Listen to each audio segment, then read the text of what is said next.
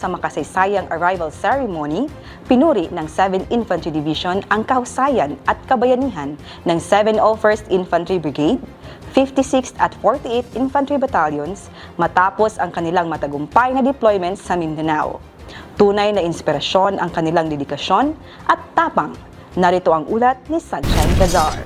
Muling pinagtibay ng 7th Infantry Kaugnay Division Philippine Army ang di matitinag na kahusayan, kabayanihan at mataas na antas ng profesionalismo ng mga unit nito sa isinagawang makasaysayang arrival ceremony para sa 701st Infantry Kagitingan Brigade, 56th Infantry Tatag Battalion at 48th Infantry Guardians Battalion, kasunod ng kanilang matagumpay na deployment sa Mindanao. Pinangunahan ni Major General Joseph Norwin D. Pasamonte, Philippine Army, Commander ng 7ID, ang seremonyang ginanap sa Lieutenant Galido Grandstand, Fort Magsaysay, Nueva Ecija, bilang formal na pagkilala sa mahahalagang operational accomplishments ng mga unit na malaki ang naging ambag sa Armed Forces of the Philippines accomplishments sa ilalim ng Eastern Mindanao Command.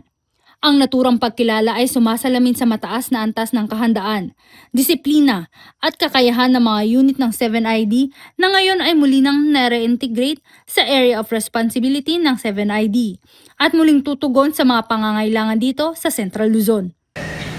For the first time in 17 years, nagsasama-sama tayo dito ngayon, nakasama natin ang tropa ng 701st Brigade. And for the first time in the past 7 years, ang pagbabalik ng ating 56 IB at 4 years, 48 IB, welcome back. Alam ko para sa iba, hindi ganun ka saya yung pagdating dahil sa tinagal-tagal ng panahon, natutunan na rin nating mahalin yung lugar kung saan tayo na talaga. Kung saan tayo na destino.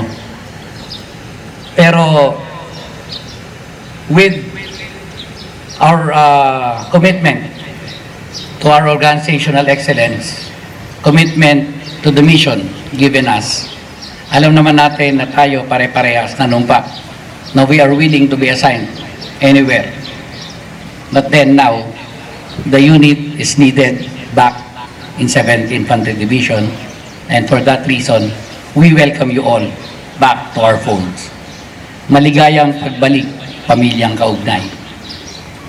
Yung mission na ginampanan natin do sa different areas kung saan tayo tinala, these missions na pinakita natin the true spirit of the Kaugnay Division, na kahit ano ang ibigay sa atin na misyon, gagampanan natin ito ng buong husay at ng buong katapatan.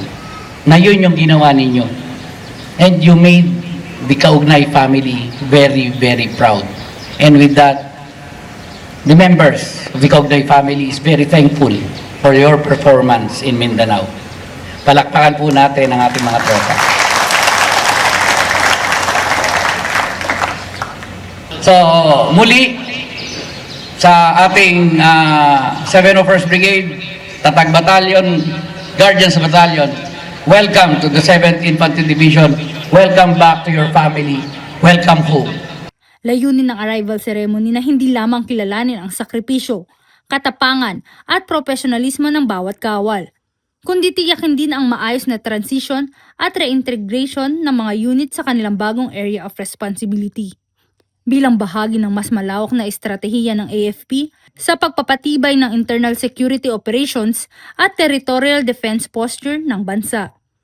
Sa pagtatapos ng seremonya, lumahok ang lahat ng miyembro ng 701st Brigade, 56 IB at 48 IB sa isang Buddha fight, isang makabuluhang tradisyon na sumisimbolo ng pagkakaisa at matibay na ugnayan ng mga kawal ng 7th Infantry Kaugnay Division. Mula rito sa Lieutenant Galido Grandstand, muli ako si Sunshine Cazar at bumabati ng Happy New Year sa inyong pamilyang Kaugnay.